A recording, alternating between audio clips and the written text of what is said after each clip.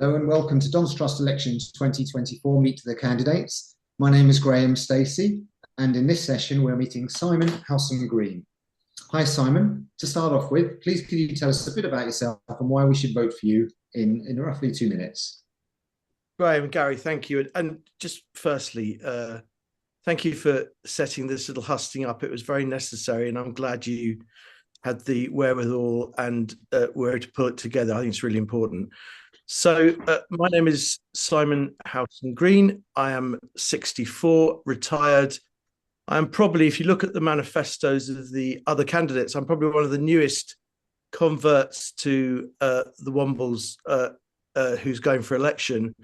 I've been a fan now for 3 seasons, and I'll admit I was originally drawn to the Wombles because my favourite beer is served downstairs in the Phoenix, and I very quickly realised that having a season ticket didn't only give me access to that particular tap room, it gave me access to the kind of football that I remember when I used to go to football every single weekend when I was much younger. I come from a background which lived, ate and breathed football.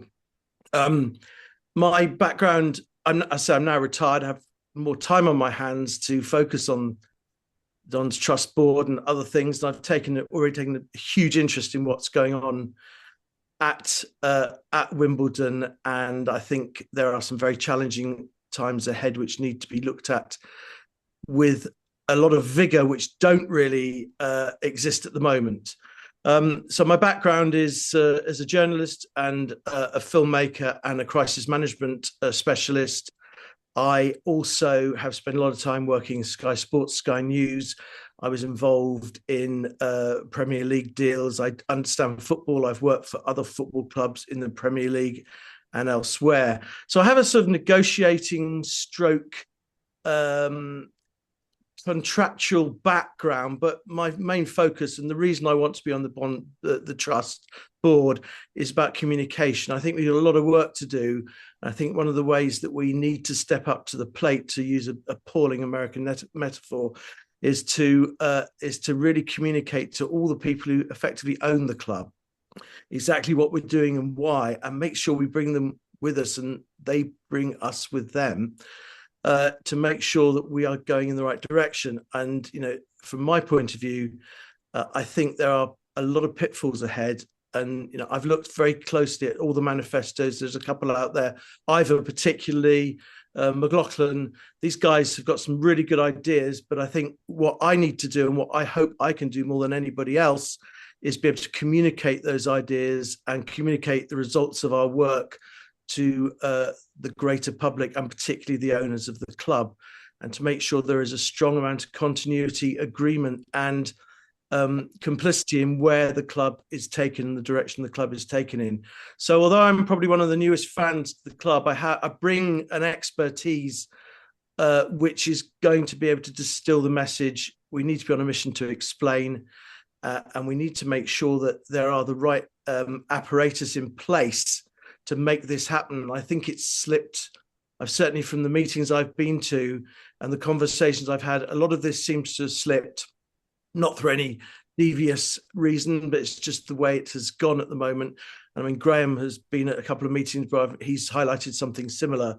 I do think that we need to be the oversight committee and the committee on a mission to explain, and to be able to make sure that there is continuity in the decisions made and the way we reach those decisions that bring as many people with us as possible.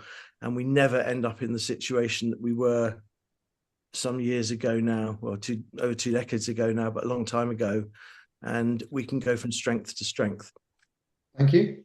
Great. Okay, so now we're going to ask 5 questions that we're asking all candidates, and we'd ask you to answer them in about 2 minutes, if possible.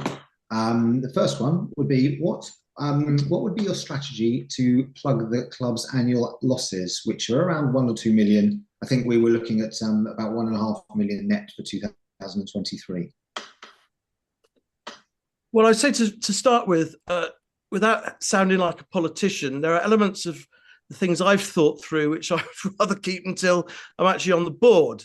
rather than at this forum. However, having said that, there are an element of repayment in place which needs to be expanded in greater. I think one of the dangers that we face as a club, not dangers, one of the pitfalls we face as a club is we're very much geared towards bringing on talent, developing talent, and then having to meet the debts by selling off some of the talent. I would like to see other ways to maybe manage the repayment of debt rather than just flogging all the good talent and having to start from scratch again. I say that merely because I've had conversations with JJ, Terry, Dave, and other people who, I think everybody would like to be able to hold on to some talent and not be in a position to have to flog it off. So that's one element which I think a lot of people will agree, wouldn't it be great if we didn't have to do that? I think in terms of raising money, we have learned a few lessons through the bond system at the moment. I think that needs to be looked at in greater detail. One thing I would say, though, is I would be very wary of using collateral of the club to borrow money, and I think we need to do other things. One other small thing I'll touch on at the moment is it is very clear that there are many fans in the club who just, day by day keep an eye on watching the football. But when the chips are really down, one thing that this club has proven is that we can get a whole load of people together, thousands together, to raise money to work for the club. And I think with the flooding of the pitch, 6 weeks ago, however long ago it was, we showed that we could raise money pretty quickly there. We had to be careful that money was raised very specifically for that one reason. But I think there is a real community effort that could be made. And this is me calling on fans to be able to find ways to raise money. And I think there's elements there which should be discussed at board level in the future. Great. Okay, thank you. Question number 2. If you could change one thing about the Dons Trust, what would it be and why? The Dons Trust or the Dons Trust board? The Dons Trust, the workings of the Dons Trust or the Dons Trust board, if you like. Okay. Well, I think there's the two separate elements there, really. There are workings of the Dons Trust board, which work in favour of the wider trust. And there are elements of the board at the moment which I think go against the ability for the trust to operate effectively. And Graham, you and I have seen, for example, the voting system is one huge area which needs to be looked at, and we are beginning to look at through a process, the constitutional process at the moment. However, I came up with some ideas right at the very beginning when the constitution was about to be changed, and in the end, what we need to do with that constitution is to have something which is accepted by the FSA and then develop it from there. I think what's happening at the moment, it's becoming very complicated and convoluted, but I would like to see a very lean, clean, simple way of executing a constitution. I don't think that is happening at the moment. Maybe I think we can pull this back from the edge and get it right. But certainly, a workable, malleable, and adaptable constitution is very, very important. The second thing I'd like to see, which is really the board and the trust working together, is a better flow of information towards and backwards and forwards. That involves probably a different use of technology, certainly a different use of the way we have meetings, the more use of digital technology. We've learned from the process with the constitution that we can do it. It's not quite right, but we can do it. But I certainly think, from my point of view, my function, if I'm on this board, is to make sure that we get communication right, because at the moment I think it is poor. Great, thank you. Okay, on to question number 3. Could you summarise your stance on fan ownership and how you think we can thrive as a club under the current ownership model? The club can thrive to an extent under the current model, which says that a certain percentage of people, the fans, own enough of the club to say it is a fan-owned club. There are, obviously, we all know now, processes in place which will change the makeup of how not only the club is owned, but how decisions are made within the club. I think it is inevitable that at some point in the future, the sway that people will have to make decisions in the club will shift. I mean, I'm putting it rather simply, but from the 75%, the 50+1, for example, some form of that is inevitable at some point. Now, if it is inevitable at some point, I don't think it's anywhere near there yet. And I really hope a lot of people are very circumspect about the reasons for it being done the way it is at the moment.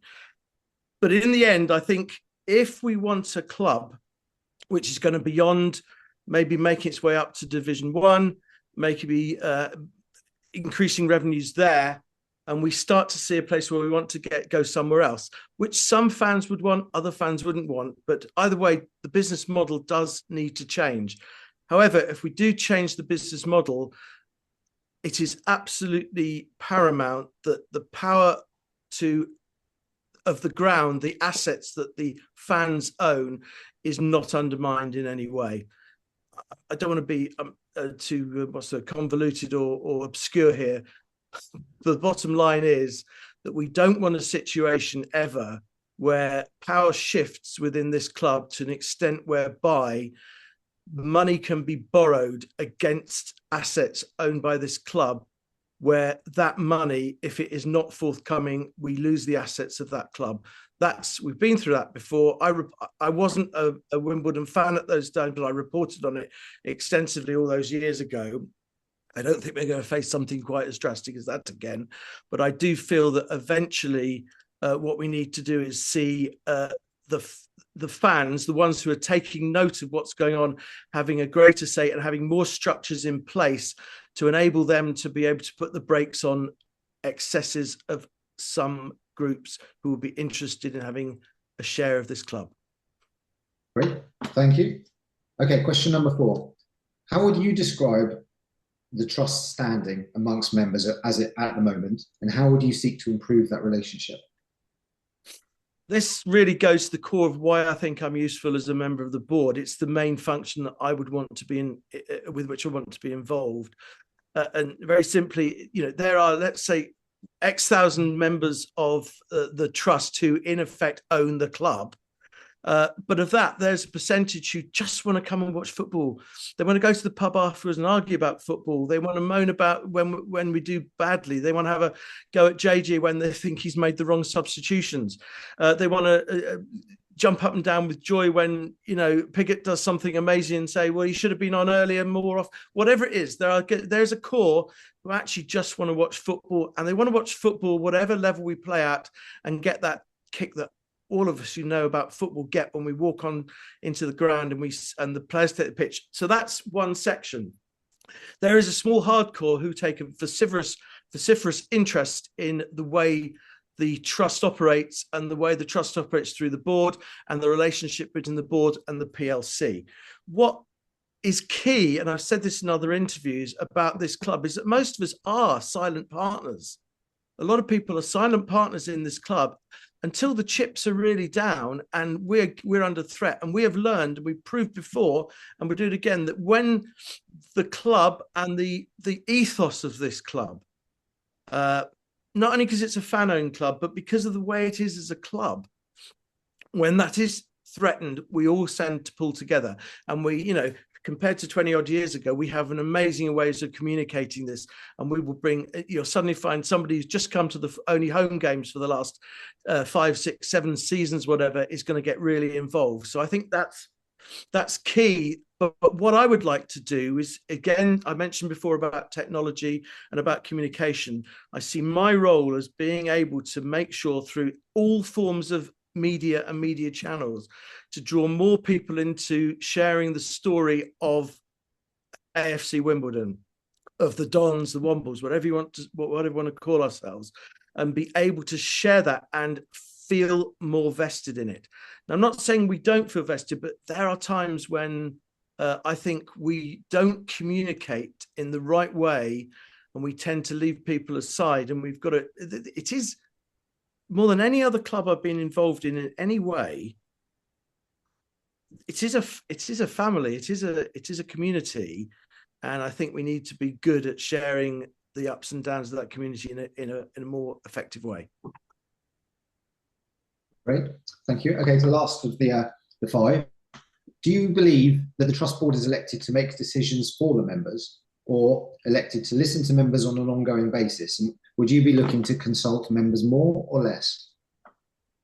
Well, as I've said several times, my skill set is, apart from the negotiation side, my skill set is about communicating and using the channels available and the channels we can develop to communicate. So yes, the more we communicate, the more we tell the right story in the right way, the more inclusive we are in that, the more we can get more people involved. So yes, I would like to see the work of the trust, not just with some little box which looks pretty boring by the franchise, by the concessions behind the club with Angus or somebody standing there. I'd like to see it be much more engaged with fans on a physical level like that, but also in every level, and that's through the way we communicate. I don't think we communicate well enough, and I think there's a lot of people. I must have spoken to 150 people in the last 10 weeks or so.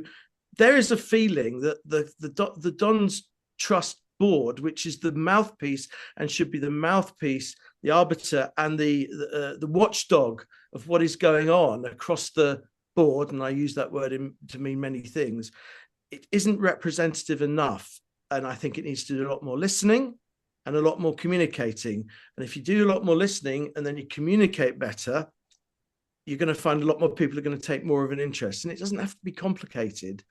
I think a lot of people would like just to go the extra level and think and hear more about what is going on. I mean, I'm being slightly obscure here, and I apologize for that, but I feel that the board is failing at the moment to allow enough members of the trust to feel that the board is 100% working for them. Okay, great. Thank you. That's the 5 questions. We're also asking each candidate one question directly related to your manifesto. We'd like to give you 3 minutes to answer on this one. In your manifesto, you say you will be clear and unambiguous about the planned future of the club and to ensure misguided egos do not run away with reality and create unexpected, unrealistic, and financially inappropriate expectations. So could you give us an example of where that maybe has happened, where you've seen that happen, and how you would have intervened? Yes, on a very small level, and I think you were at the meeting as well, Graham, at the time, was the first meeting when we were voting for some changes in the voting power and the way we messaged within the trust. I mean, it was very clear there, for example, that I thought that many people there at that particular meeting didn't understand the true meaning of a proxy vote. And the ambiguous meaning of a proxy vote, I believe, was slightly exploited by the board at the time, to an extent where people voted there and then for something which they had a much harder chance of winning, whereas actually what they should have done was stood back, because that would have discounted the other votes that weren't on the table in the room, and of course those votes were then used to defeat the motion later on. So I think in some ways, what I'm saying, I'm not really attacking the board, but I do feel that there needs to be more transparency and more accountability within the board for what decisions they make and how they play it out. But more important than that is the way the board has a relationship with the PLC, and the way the board is there to represent the interests of the owners, who are the fans. And I think there are elements of people within this club who may have ambitions beyond the capabilities, not only of the business model, but of the way this whole club is set up for some time. And I suppose I'm saying is, I don't want people to think they're running a very different club to the one they are running at the moment. And being a successful business person, particularly in the digital era, has become a real windfall for some people, maybe whose skill set isn't completely right for running a football club. I just want there to be more advice, more conciliatory behaviour, and I just want to make sure that that nobody who has a say in this club can run away with it in the wrong direction by selling people dreams that are not achievable for many years to come. So thank you for your time, Simon, and all the best for your campaign. Viewers can watch all the candidate interviews over on our YouTube channel. And to vote, members should have a link in their inboxes. The deadline to vote is December the 3rd, and you can find all the candidate manifestos at thedonstrust.org. In the meantime, thank you very much for watching.